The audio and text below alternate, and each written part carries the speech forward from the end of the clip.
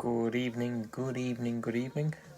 I'm gonna have to run this with a backing soundtrack because I have a snoring dog with me again as well. No exact topic today, but I thought I would see if any questions get chucked at me and then go from there. But yeah. Fire away. But yeah, oh.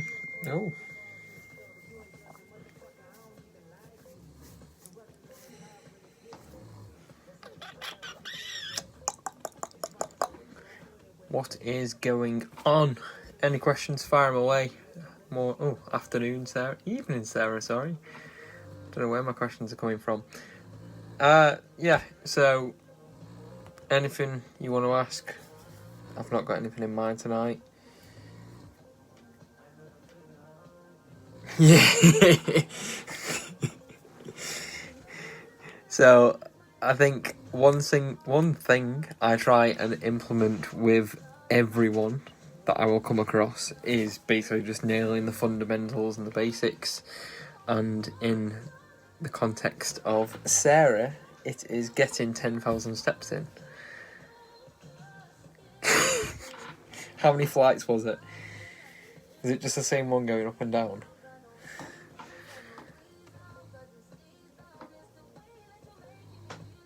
I'm just seeing the image in my head of Sarah just running up and down the same stairway. Like, I have been at work this afternoon, so it's a bit different for me, but right now steps is going to be a bit of a struggle.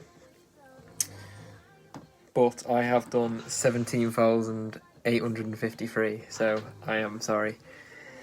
But it, obviously, to draw it into a conversation, really, it's... you can look at it in terms of your calories and your output, but are you applying your calories to the amount you're moving? So obviously if you move more, that's going to put you into a position where you're allowed to eat more food, or if you want to eat more food, but if you don't move as much, you're going to have to eat less to compensate and get yourself in the correct energy balance. So in terms of an energy balance, it's what's coming in, what's going out and in. So yeah, I'm fucking confusing myself. In is like what you eat, what you drink, everything like that. Going out is what your body use, like when you digest food, as you physically exist, that comes into it. Are you moving?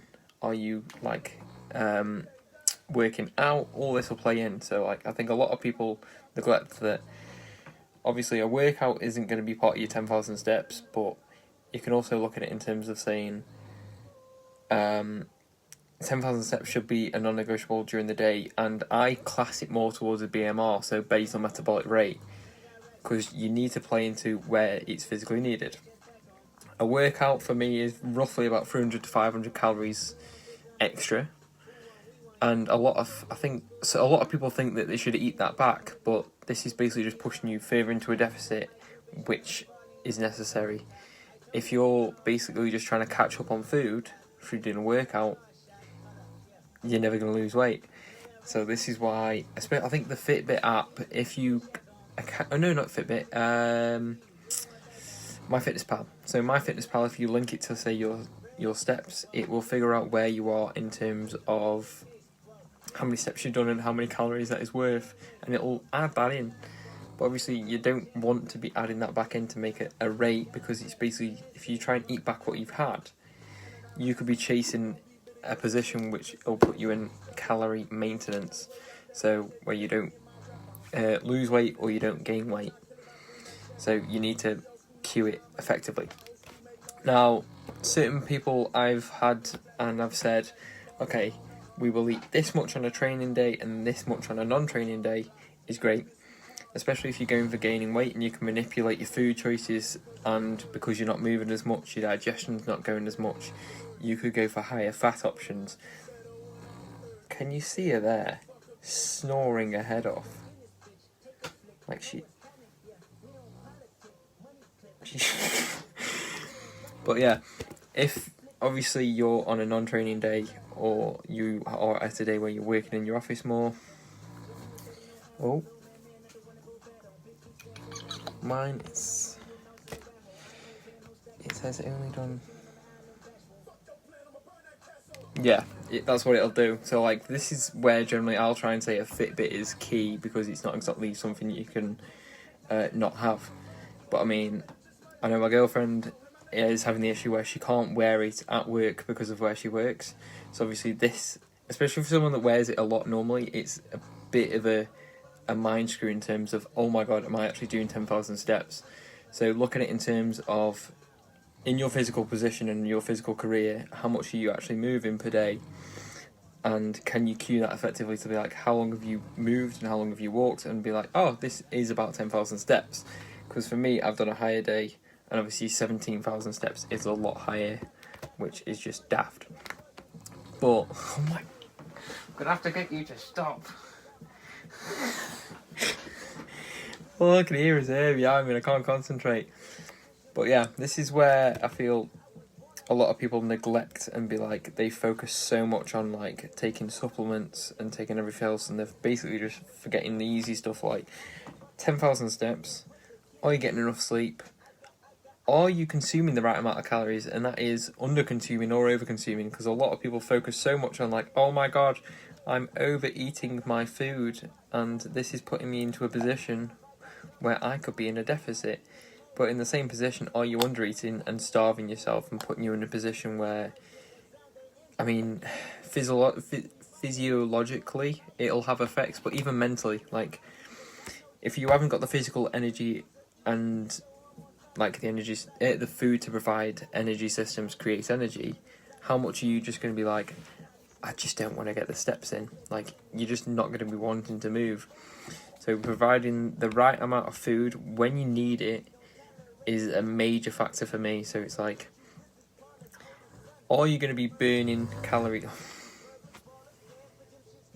Are you going to be burning calories? Where are you going to be burning calories the most? So if you work out in the morning at say 10 o'clock, the biggest intake for me, calorie wise, would be at 9 o'clock. I wouldn't focus so much on pushing calories to be getting them in later in the day, because you just don't need them.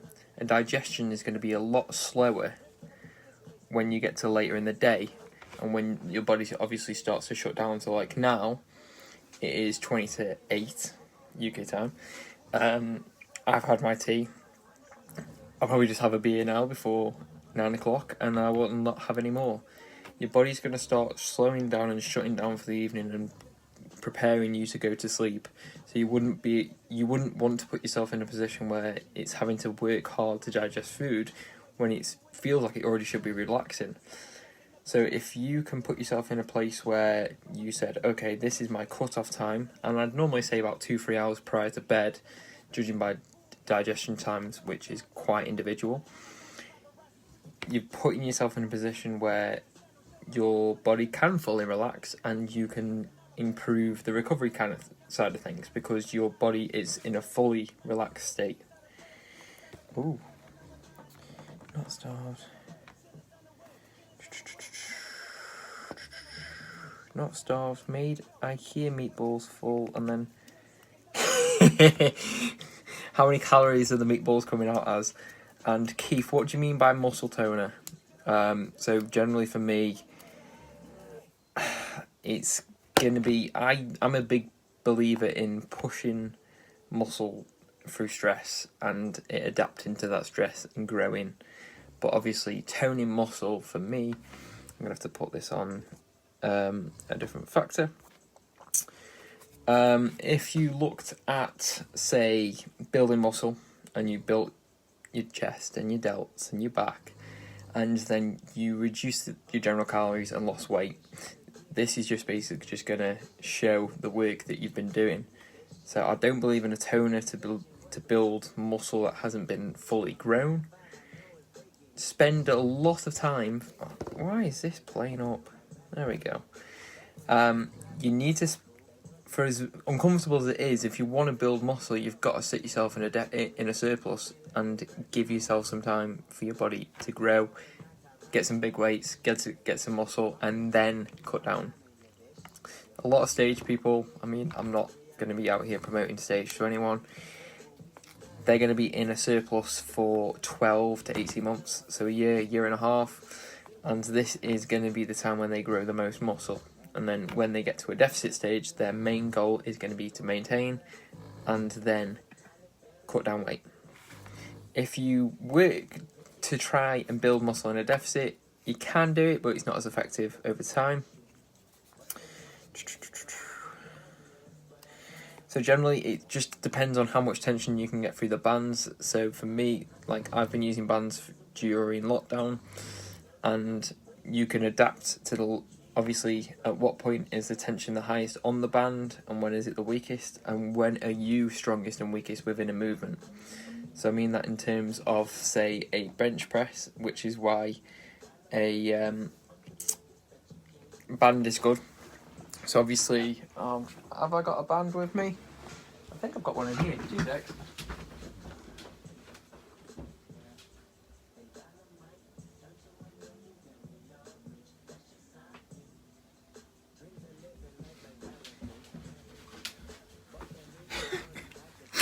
She's so confused.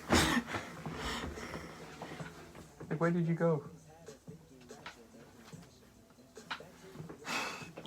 So, if I looked at it in terms of a band and a shoulder press, basically just going to put this under my legs just so I've got a point. At this point, the band is at its weakest, so the resistance, let's just say it is 10. But my position here to make force is probably going to be at its weakest within the movement. But if I started pushing up, band tension is going to increase due to the tension on the actual band it is. But then obviously, as I move further up into this position, I'm going to be able to be stronger to push. Whereas with a dumbbell, it's a static weight. So it'll be 10 at the bottom, 10 at the top, regardless of whatever you do with it. Obviously dependent on other stuff, but I'm not going to get too sciencey with it. But it's putting your muscle through the maximum amount of tension and stress for it to grow, and then going back into like the sleep aspect of it, giving yourself time to actually recover and let that muscle grow in that point. So you need to look, if I had to nail it down, doing the actual physical work probably will amount to about 30-40%. Sleep 30%, nutrition, proper nutrition 30% as well. So I'm not meaning this in terms of saying abs are made in the kitchen. That's just a deficit itself. I'm speaking in terms of, are you getting the food that is required per sort of training session? So are you intaking your protein? Are you getting everything in correctly at the right time? So I'm not talking anabolic window, I'm talking in terms of protein to help in terms of growing muscle, and then carbohydrates to help in terms of replenishing lost energy throughout that. Now obviously carbs and the amount you can intake to get yourself into a surplus is going to vary if you can put yourself into a better position in growing muscle, like I said before. So for me, if anyone is out trying to just build muscle right now, I would try and figure out where they are in terms of energy balance. I'd put yourself into a slight surplus, nothing too strenuous, 100, 200, 300 calories over, just to get started, and then look to adapt it over time. And then obviously over time, as your weight increases, your muscle mass will increase. But then obviously bear in mind that muscle weighs more than fat. So even if you worked at it in a maintenance where you burn you don't lose weight, you don't gain weight, it's basically just going to be in a position where you're setting yourself up correctly. So I think that's a massive thing in terms of, are you setting yourself a plan, and are you setting yourself into the best position to actually succeed at what you want to do? Obviously, you've got all the little cues like Keith is saying here, like a general balanced diet of getting micro and macronutrients in through all this is the best. I think it's hard in terms of trying to say to people like, okay, you need fats people are so afraid of carbs and fats, and they sort of neglect that idea. But then you need to look at it in terms of carbs, good for energy production because it's used within ATP production. Fats, good for hormone balance and homeostasis, and just general, like, especially when it gets to like winter, like just general like weight. Like, I think a lot of people neglect the fact that obviously you've got to find the healthy balance between being at a good weight, but you can't be overweight, but you can't be underweight. So general fat, try and stay away from all the crappy fats. So I tend to just have dark chocolate, like Keith just said there, and like tonight I've just had avocado as well. So I don't make it too complex for myself. I'm pretty standard when it comes to my foods at the minute. I don't like to overcomplicate it because I just spend more time trying to figure out what's what. So I know it sounds very boring, but I will pretty much stick to the same foods 99% of the time, depending on where I am, depending on where I'm eating. At home, in the evening I will tend to eat with family, but during the rest of the day I'm normally doing my own foods, and it's pretty much the same most times. Like, I'm pretty regimented in terms of saying, tomorrow I know I'll get up, I will have bagels and eggs, sit down at my desk, have a Monster, check my emails, do my work. Then I'll get to a certain point and I'll be like, right, okay, it's lunchtime. If you can stay that regimented in terms of your diet, you're not going to find time to be able to cheat on it and say, oh, well, I'll have this, I'll have that. You're putting yourself in a situation where you're making it harder on yourself, and you're being like, oh, well, I could have this if I wanted to. And forgetting that the biggest nutritional strategy you have is just not buying the food in the first place. So don't make it complicated for yourself. If you're out on the road a lot, if you're not in the house a lot, look to cook your own food and know when to cook your own foods. So if you've got a regimented planning, you can say, okay, I need this, this, and this day, and then avoid taking your wallet into shops, because that's just going to put you into a position where you're like, I'm going to buy this, I'm going to buy this. If I have to buy something from a supermarket, I will know what I want before I go in, and I'll be like, okay, I'll get this, I'll get this, and I'll get this. It's nothing too crazy for me.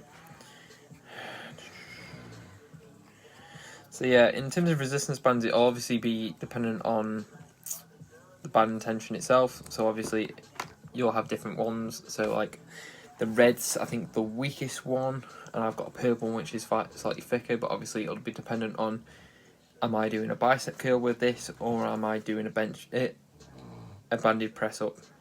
The tension that it's going to provide me during each movement is going to be different and varying. So you need to be, I think, picking a variety of bands and getting a variety of bands for when you need them within certain movements is quite an important factor, and a lot of people tend to neglect that. God, I've rabbited on. Probably going to give this about 2-3 more minutes, and if you've got any more questions, just drop them to me, like general questions.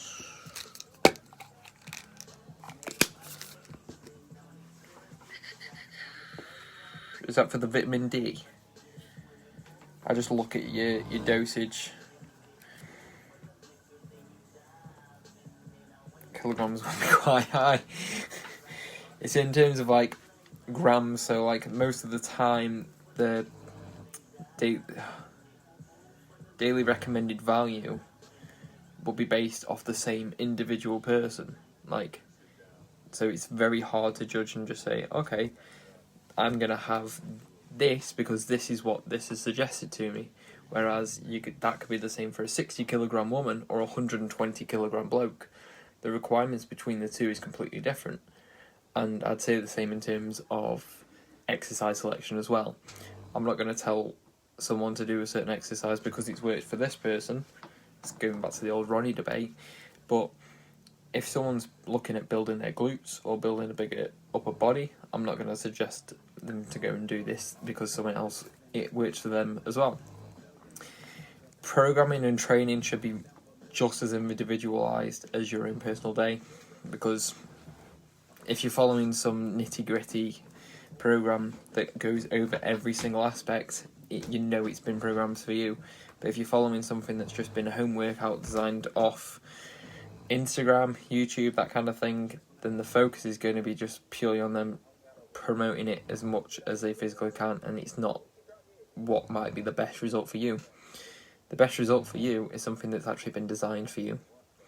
I'm not going to focus, if someone's got big quads, I'm not going to put them through a load of quad work, or if they've got big hamstrings, I'm going to bring more focus towards working weaker body parts or body parts that they want to develop in terms of strength.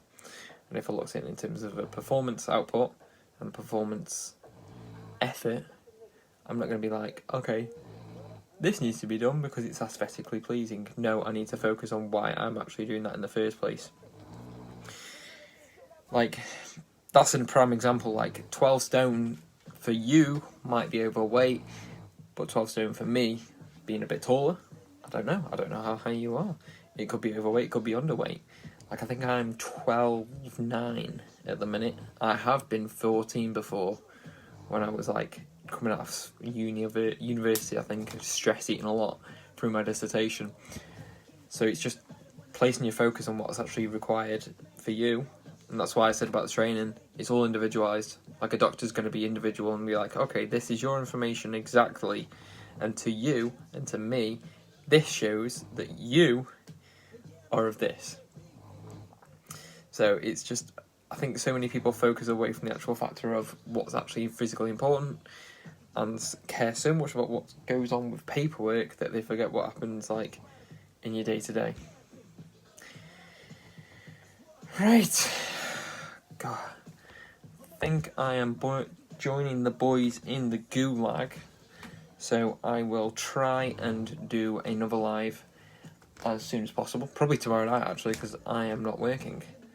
But yeah, whoever is still watching and whoever has watched, thank you very much. And I hope you have a lovely evening.